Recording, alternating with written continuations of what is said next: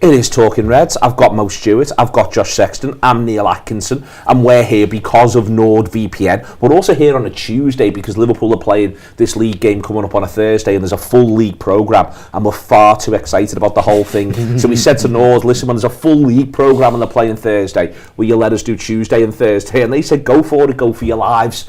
So this is what we're doing, we're going for our lives. Because the games that grab us, Mo, are the Wednesday games. Let's be crystal clear. Yes. That's when City are playing and when Arsenal are playing. Now, Arsenal, it should be as straightforward as it gets, but we'll come back to that in a minute or two. Liverpool are Thursday, Chelsea, Man United Thursday, which, by the way, is a lovely booking given Sunday. I mean, what a bit of scheduling that is. I'm gutted. I'm actually wishing. Well, you're gutted we can't watch it. I can't watch it. I wish that we had decent Wi-Fi in Anfield, because I might even try and do a sneaky one on there. I hold it in my hand and be watching the game. I don't think Jürgen Klopp would approve of that, Mo. No, he wouldn't. He wants you in the moment. Yes. He wants us all in the moment. But I guess I'll have to watch it on the way back. But yeah, it's going to be a fascinating week. Well, it's great that they're playing then as well, because the turnaround on Sunday. But let's start off with the games this evening. Obviously, the first one, the one that is televised at 7:30, is Newcastle versus Everton. The Blue Brethren. Newcastle were exciting over the weekend. A really exciting match that they ended up in. Everton don't really do exciting. It's not for them. No. And it's weird because the one thing that they were about to get excited about was to get to see their good friend Anthony Gordon. And what does he do? He gets himself sent off, so he's not going to play in the game. Yep. Which I thought was fascinating, by the way. He got a second yellow card at the point he did, almost as if to say he knew what was coming inside and he wanted no part of it. Do you think so? Well, I don't think so. I think he's having a ball. Gordon. I mean, you think so. Playing ever so well. He is playing very well. And Newcastle are absolutely going to miss him because obviously they lost half a team in that game against West Ham. So it'll be interesting to see who comes out on the pitch. Obviously, Harvey Barnes will be feeling very good about himself, and if they can just get him the ball enough, you suspect that Everton might shit the bed anyway. This is the point we've hit, Josh, and this is part of being top, is all you see is ramifications everywhere. You see like the tentacles of all of this. So like I'm not averse to Everton getting the first victory of the season, because I sort of don't want it when we rock up to Goodison if they still haven't won one. Like there's some sort of point where everything they hit goes in. I'd quite like that to happen against someone else, and that's in the back of your mind. Fulham have got a game against Nottingham Forest, and I'm almost a bit like, wouldn't be the worst thing in the world there if Fulham found a little bit of a way through, or do I want them a bit broken and a bit confused as you're going through the games? And I just look at now every fixture through the lens of, you know, Brighton have got Brentford tomorrow night, and I'm a bit like, I hope he rests a few because they've got Arsenal the weekend. I mean, you can't. I feel almost overwhelmed by all the football at this point because Liverpool are top and because you feel as though it's there for them. And this has been the genuinely tough thing about Everton being a relegation candidate for the past few seasons is that there's now like sort of 3 teams we have to watch throughout the season. I can't now. Let them crack on. I know, honestly, this is sort of what I've been for the last few seasons, but you do get drawn into, like, you can't help yourself because you're supporting every team that plays against Man City. You now have to support every team that plays against Arsenal as well, and also every team that plays against Everton. And suddenly you're looking at all the permutations and everything. Like I looked at the sort of fixtures for tonight before we started this, and I was like, oh, there's some like really sort of turgid affairs there. A few teams who've really not had a lot of fun this season. And I was thinking, are Everton and Newcastle the 2 teams who've had probably the least fun on the whole this season, based on where expectations lay before the season, and not even just like results. I don't mean results really. I mean just in terms of fun. But then you see the way Newcastle sort of break into their stride at the weekend. I think Everton were having a bit of fun at the start of the season. There was a couple of those games in the early stages. And they enjoyed sticking it to the Premier League for a period there. Exactly, they were really getting some good results against the cartel. I think both of them have been able to sort of make a fist of something, haven't they? I just think that becomes like a dead fascinating matchup, and I'm genuinely really sad Anthony Gordon's missing it, because it adds like almost that extra bit of spice to the occasion. But he's not going to be a part of it now. We're all sort of going to be watching that. The Forest and Fulham one again. I just find myself getting drawn into the Everton thing, where I want Forest to win because I want there to be more sort of jeopardy around Everton's position. Listen, even if we're sort of agreeing that we leave them alone and we let them be now, a bit of jeopardy is no bad thing in every position in the Premier League. The other one tonight that we didn't actually talk about on Friday's show, simply because of time, is West Ham Spurs. Yeah. But this is a massive Liverpool connotations one, because we've got to go to West Ham, Tottenham have got to come to us, and I want Tottenham either home and hosed in 4th or 5th for when they come to Anfield, so that Ange just gets to have a great time, mate. Or I want West Ham to, by the time we get to West Ham, for instance, for them to we're just focused on Europe now. They'll have had a European game the Thursday before, or they'll have one on the horizon possibly. I want them just in a European mind state, not a Premier League mind state, and we can go from there. Well, the thing with West Ham is you don't know whether you want them to all be at the loggerheads and hate each other and hate the manager and want everything to change. What I want most, I want European West Ham and domestic West Ham. I want European West Ham to be having the time of their lives. They've just knocked Leverkusen out. I want domestic West Ham to be going, we never win in the league anymore, and we all hate ourselves. But I feel like they're more dangerous when they do hate them. So I think it's when they're apathetic. That's when they get. That's you got to keep an eye on them. Yeah, but this game is massive because obviously people always forget it's a derby. They absolutely hate each other, West Ham and Spurs. Of course, everyone hates Spurs, don't they? As Paul Dehaney will often tell us, every other London club hates Tottenham. Yeah, I mean, to be fair, you could probably say the same about West Ham. But this is one of those games where if it goes wrong for West Ham, then the toxicity could really start to take over. Because if you look at the problems they're having, it's the same thing every time. They get a lead, they take off Antonio, they take off an attacker, don't put on another one, and it all goes to shit. I know. And you're watching it, and you're watching them, and you can see it happening, and you're feeling for West Ham fans because they can feel it happening. And obviously they've got the Cal Phillips thing now, which is also added to a little bit. Just brought ingredients on at the weekend. It was a perfect time for him. He'd been running channels, doing bits, but pressing Dan Burns. Dan Burns like, what's this little fella doing? And yet, they're all, if they beat Spurs and they hurt Spurs and stop Spurs getting where they want to be, then all of a sudden everything's rosy again. And we've got to play them for, I think with Spurs, conversely, the advantage we've got is that they absolutely don't want Arsenal to win. So we can convince them that they're on our side. And they are on our side. Let's be clear about that. You move into the Wednesday games, Josh, and this is where it gets really interesting. Yeah. I think Luton can do Arsenal's head in a little bit, but I don't quite see it. But I do think that Villa could really get City's goat. And what I mean by that is they can make them earn it. And I think that's another thing that you want here as well. Like, I'm banging to people having difficult games. Not just the idea, listen, Arsenal and City, they've got nine games left each, just like we have. And I'd be surprised if both of them don't win at least 5. So we've just got to make our peace with that. But one of the things that happens is a bit of erosion, is a bit of, Christ, that was hard midweek, and then we've got another one, and that's coming in the Champions League for them as well. I want Villa, if nothing else, to basically still be doing City's head in the 90th minute. 100%, and you've seen that, you know, multiple times at Liverpool this season as well. By the way, I saw a bit of a thing kicking around at the weekend, sort of looking at the run of fixtures and being like, oh my God, City's is so easy and Liverpool's is so hard. And like, you look at what Brighton did to us at the weekend, then any team in the Premier League can make it tough for anyone. You look at what Luton did to us at Kenilworth Road, look what Luton did to us at Anfield even. Luton are a team this season who've, you know, played a lot of the big teams in particular and made it really tough for them. And Luton's problem is that they're able to stick in a game for 90 minutes, but they're just not able to get the result in the end. Yeah, and that's they've got a really good 60. Exactly. Then there's a really wobbly 20, and then let's just see where we are for 10. And that's again like the way you see this going, because Arsenal are almost a team who are a bit set up to do that to the opposition as well. They're sort of like, oh yeah, we'll almost lure you into this false sense of security, like, you know, maybe you will get something from this game, maybe you won't, but then Arsenal will just find a way to kill you in the end. So I think the story for that one almost writes itself for me, and I'll be encouraging everyone not to get too dragged into the idea that Luton get anything. If Ross Barkley scores after 3 minutes, it's still not your business. Honestly, yeah, don't worry about it until we're into the very, very last seconds. The throws. The City Villa one is dead interesting, because this feels like, to me, basically every City Palace game that's been played at the Etihad in recent years, where like you've gone into it being a bit like you could write Villa off as much as you want, but Villa's form going into it is sort of sneakily good as well. They're starting to get a few of the lads who've had injured back and things like that, starting to get a bit of their momentum back. And I don't know, there's something about an 8:15 kickoff at the Etihad on a Wednesday night that I just think Aston Villa this season as almost, I think they see themselves as a bit like the party upsetters this season, Aston Villa, and I quite like that. And I don't mean in terms of upsetting other people's parties. I think they're basically like, we're going to upset the top 4 party. Like that's where we see ourselves. That's where we want to be. And I just think they'll love the idea of going there and getting something against City. There's an Emery thing here where I think he'll have his plan. He might not be able to achieve his plan, but he'll definitely have his plan, and he'll also be relishing. I think what I've liked about Villa this season, even when it hasn't gone well for them, is I've really got the impression they've enjoyed what they've ended up in, and that's what I think we may well see on Wednesday night. Is I think that Villa, I think a lot of sides go to the Etihad and they don't plan to enjoy it.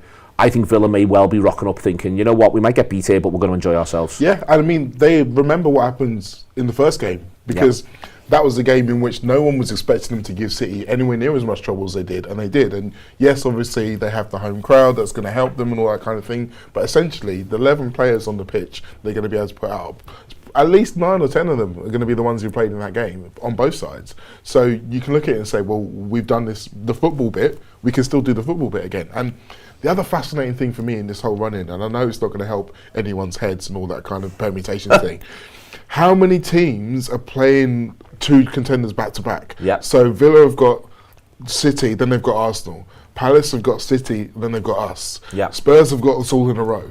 So it's almost like you're kind of learning, and we're all a little bit different, but we're all trying to be dominant. But with a similar challenge. Yeah, so you can almost kind of learn bits from one to the other. So obviously for Emery, going back to the Emirates is one that he may well feel is a bit of a bigger deal than the City game, but by the same token, as Josh was saying, that these are all games that he's going to be telling his guys, look, you're going to be in Champions League next season. You might have to play teams like Man City. We need to get used to playing big games midweek, at night time, against a really good football team. So this is going to be really good to see how well that they match up against them.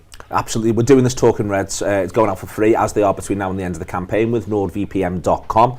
If you go to nordvpn.com/TAW, that's where the offer for the Anfield Wrap is. That includes 4 free months and 30-day cancellation. Anything that you need around that. I've got Josh and I've got Mo, both of whom were on NordVPN duty last night, watching women's March Madness basketball. It's now April, but the madness continues. It's not limited just to March. Watching the women's March Madness last night, Mo, on the VPN, because it wasn't available in any way, shape or form in the UK. No, and I'm a little bit disappointed because I was anticipating Sky Sports were going to show it, because it was, frankly, the biggest draw of all of the March Madness games. Like I saw an Athletic article on the viewing numbers for the women's March Madness stuff, and it's like, in excess of 4 million, 5 million at times of people in the US watching women's college basketball, which is just absolutely incredible. All of the main characters are in the women's game. So you Caitlin Clark, you had Angel Reese, you also had Juju Watkins and Paige Buckers as well. Those are like 4 really interesting, very different characters, very different kinds of players, but the kind of stories that the men's game would kill for, and yet Sky Sports, in their infinite wisdom, decided not to bother. But we're not going to talk them down. We'll talk VPN. /TAW for that. All the 30-day money back guarantee, 4 months for free. But this is one of the purposes. This is one of the ways that people are using VPNs now. Yeah, and I mean, the beauty of that as well is that it wasn't even something I had to search too hard for. Yeah, it was just right there for me. And sometimes when you're streaming things, you can have little bits where it's like, oh, the stream kind of goes here and there. It was absolutely solid the whole way through. So it'll be in the thing underneath this if you want to get involved as well. So you can click that. It'll be in the description. That's the word for it, not the thing underneath this. I feel that is there. It is there. It is a thing. It is a thing. Yeah. That bit there. That's the way in which it operates. Have you got any interesting comments as we're going through here, Joshua? Yeah, we've had a couple in. So there's one from Chris Brack, which I really like, which says, what would be the most typical LFC way to win the Football League this season? I'm going a last-minute Joe Gomez winner against Wolves to win the league by 1 point. I disagree with that, just in the sense that I understand there's this idea of Liverpool always do things hard, Liverpool always do this. Liverpool don't win leagues that way. Liverpool have never won the Football League by doing that. Liverpool have generally won the Football League by just being top and being top relentlessly. And eventually the game collapsed. Exactly, like everyone else has run out of time to catch Liverpool now. And I'd quite like this season to go that way. Like, now that it's in our hands, I'd just like us to keep it in our hands. I don't know how you two feel about it. Very much so. No, very much so. Yeah, like 85-86 goes to the last game. Beglan scores, but it's not even last minute. 83-84. Finally, United's challenge fades away. 87-88, they'd run away with it. 89-90, they'd run away with it. 19-20, they'd run away with it. I'd quite like my dream. Do you want to know what my dream is? My dream is that Tottenham play Manchester City on a Wednesday night before the last game of the season. City need to win. Tottenham hold them or beat them. We're all in town. We're all together. It's not about an away game. It's not about even who can get into the ground or anything like that. We all get to be in the city together. Absolutely everyone you ever wanted to be there is there, and we get to have an enormous party. That is literally, and that's also another, like, the best thing about the COVID year when they won the league, Mo, was the way they won it was actually normal. Often you win the league when another team's playing and you're not playing. Exactly. That is a normal. So no one's in the ground. No. That's a normal thing. So that's my dream. Yeah, and I think, like you say, that if you look back on all of the other previous leagues, There was moments like that. I think of Leicester City and the fun that they were having when they won their league. Not playing at the time. In fact, Chelsea. So are Chelsea around to be kingmakers? Because I know that they're normally quite good at that. Are they knocking around? No, they've had everyone now, unfortunately. They're going to play Arsenal at least. They can at least do Arsenal's head in. Yeah, well, that's fine. It's a bit earlier, but they can do Arsenal's head in. We always want them to do something head in. But also, I remember going back to the whole last day thing, 16-17. When we had to get in the Champions League, we just got to win. And without the scores before half time, it's 3-0 by 70, all relax. Exactly. And you get that kind of easing in. I would quite like to see a Gomez goal, but I think I prefer that in a derby. I'm not going to lie. There we are. It's a good time if we could pick and choose. Obviously, we can't pick and choose. Obviously, no one is complacent about this. There's the 9 hardest games of your life on the horizon before we get to this sort of point. No one is taking it for granted. They don't call it the Big 9 for nothing. What else have you got, Josh? More on the Big 9. Michael Sutton says 9 talking Reds greatness. They're talking about it in the bars, aren't they, Neil? They are, in the bars and the corners. Yeah. Everywhere you go, to be honest with you, in a post office queue, you'll hear people whispering to one another, what about the Big 9? Yeah. It's everywhere, absolutely everywhere. There's talk that there might be something beamed onto Farhad Moshiri's live buildings at some point about the Big 9, but that's just talk at this point in time. There's nothing concrete yet. A lot of comments about the squad as well. We've had Rav Dion saying, all I know is we need our full squad back to win this thing. Matthew Malpelli, I may have pronounced that badly, I'm sorry. He says, with so many key players coming back from injury layoffs, will it be risky to play them while they're still looking for the game legs? So I think this is interesting, Mo, in that I think that this is where, and this is what is different for us, and it's we've had more injuries than our rivals. Yes. I quite like it when our rivals get 1 or 2 injuries and they go, oh my God, can't handle it. Oh, what's going on here? we have Nathan Ake sat down, is he? Yeah. Oh fucking hell. Due one. He's played about 103 consecutive games, lads. There is this thing where this is where they've got Bayern Munich, they've got Real Madrid, they might then have each other. This is not to be complacent because Atalanta get a great win against Napoli. Yes. But it's as much about we would all, including the players, I genuinely think, we would all sacrifice the Europa League if it guaranteed a league. And what I mean by that then is that puts everyone in a position where we don't have to do that. That's not what we have to do. That's not the way the life works or football works. But what it means is we can be using that competition and those opponents to get our players as much rhythm as possible, whoever they are. There's a greater chance of a big first leg win, which allows the pressure to come off the second leg for us than it is for either of those two. Yeah. And that's where you can use those players. But I do genuinely think we're going to be seeing a lot of 25s, 35s at the back end of games, where it's like we're not necessarily asking them to go on and change the game, we're just asking you to get up, and hopefully we're already in the lead by that point, so it's just a case of maintaining rather than going for the gusto. But I think by the time we get to maybe the end of this month, I think if we can have at least Trent, Jota, Curtis. I think he'll have his eye on those 3 league aways. Where there's 3 league aways in, West Ham leads into Everton, leads into Fulham, Fulham leads into Everton, leads into West Ham. Yeah. I think he'd like, I think, 3 or 4 more options who are genuine options for at least 60 for that run. I think that's what he'll have his eye on. Yeah, I agree. And I think that you can be, at the end of the day, the fact that we've been able to do so much with, I don't want to say so little because it kind of denigrates what lads who've done brilliantly for us. But things that we weren't expecting. We've been able to do things we weren't expecting within the squad. That buys you so much, not only time, but also buys you confidence. It means that, because think about how many times in the previous years where we've literally felt like we have to rush people back, and we don't. It would be great if they were back, but if they're not, then we can handle it. Anything else in the comments? A few more things on the squad, but there is one thing. So Miguel Delaney has just written a piece that's come out in the last half an hour. So while I've been setting up for this, Big Mig is pouring some. I mean, the comments are perceiving it as cold water on the Amorim to Liverpool stuff. He's basically saying that Barca are now in the race to try and get Amorim. Apparently, so the sort of key points of it are: Alonso's decision has changed the market for managers. Amorim's a top choice for a number of clubs. Barca had been favourites, but nothing is yet agreed, and Nagelsmann is being given greater consideration too. So for Barca or for Liverpool? I would imagine for Barca, because the piece doesn't sort of seem to be as much about Liverpool. It seems to be more sort of led by Barca. So a few people sort of losing their heads about that. So my thing on this is that we have to be very careful not to take all of the over excitement on Alonso and just put it all onto Amorim. Yeah. Like, the point is, as we've just been literally saying, we've got lots of very good footballers in our squad. And there are lots of managers out there who can make good footballers into a great team. It doesn't necessarily have to be this one guy who you've only Or just that heard guy. of, or that guy, or that guy. Look, there's going to be no perfect option. Well, there is a perfect option, but he's leaving. So unfortunately, Put his feet trotters up. He'll describe himself as he's watching Netflix.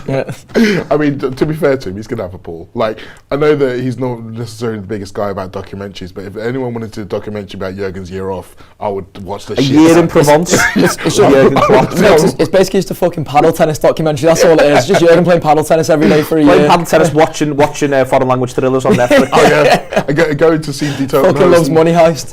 Follow De Totenhausen on tour around wherever they're going. Yeah, 4th series of Money Heist. Getting stuck into spin-off. He's got the exclusive ones. He's using NordVPN to tap into a few ones that are unreleased in the UK. Yeah. But the overarching point is that the people who are there to choose the right manager are in place. The parameters for which they're using are the right parameters. So I have trust, whoever the guy is, and it will be a good manager, guys. Don't forget this. It will be a good guy, whoever it comes in, will be able to get the job done. Okay, excellent. Well done, Delaney, as well. Cats amongst pigeons, good on you. As loves all that, doesn't he? Doesn't stand on ceremony. That's why he gets the epitaph big. Go on, what else have we got? Anything else? Just then a few questions about sort of squads for Thursday, really. A few people saying that they're going to use it as a chance to rotate. I'm sort of the mind that they won't use it as a chance to rotate. I think like Jurgen has been such a big sort of, I guess, like perpetrator of rhythm in recent years. He keeps talking about the idea of getting rhythm into players. I think there'll be a few changes, and there'll be a few who I think he sort of almost sees as like the double options that he splits across the two fixtures. It wouldn't surprise me if there's two. There's also two 45-45 splits. Yes, and maybe two on around 65, and we go from there. So I think that physically, this is going to be the biggest challenge for our defence of the 3 games.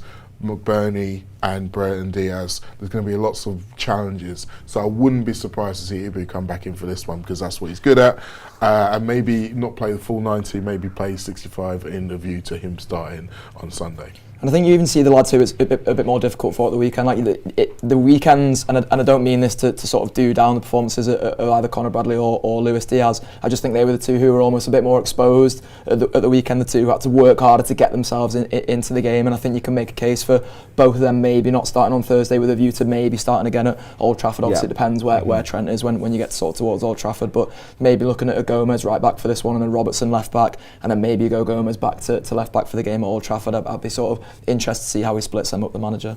Okay, excellent stuff. Curtis Jones as well, back in training. Gravenberch on the bench. Got to see a split second of, and wouldn't surprise me if there's one midfield change dropped in. But I think there's a bit of an argument at the minute that Szoboszlai could do with the rhythm.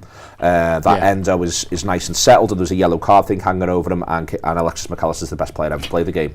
So one of them in it. It's my choice for manager, I think. He can do fucking everything else. Right? All the data. It transpires it is McAllister. Done the interviews, threw a PowerPoint together on his afternoons off when he's not training, pulled it in, went in there. Imagine his heat map in the technical area. Oh, unbelievable what he's capable of. Tackling Arteta. Excellent stuff, listen. It's been a pleasure. It's a great talking red. It's a great time for anything you want to do with the Anfield Wrap or anything with your life. To be quite honest with you, it's 9 fantastic games to look forward to, plus the European ones to add on, plus every game counts. You've got to relish this. We had to relish it 12 months ago. We'd have given actual organs for this. I say it everywhere I go. It's been Josh Sexton. It's been Mo Stewart. It's not the hope that kills you. It's the being crap.